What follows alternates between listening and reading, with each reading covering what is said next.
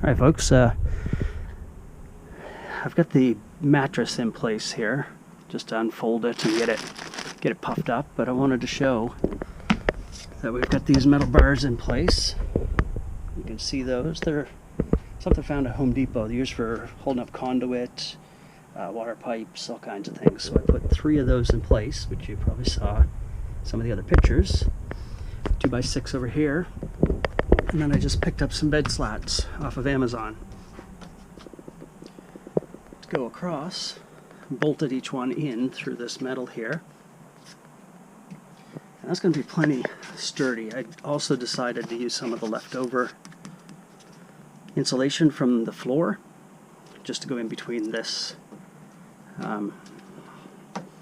It'll stop from rattling, I guess, if when we're driving down the road. If these did go loose, they would rattle, but a little bit of insulation, a little bit of noise dampening. So I put that along all of them. You can see all the way down, all the slats in place. Great big mattress is all puffed up.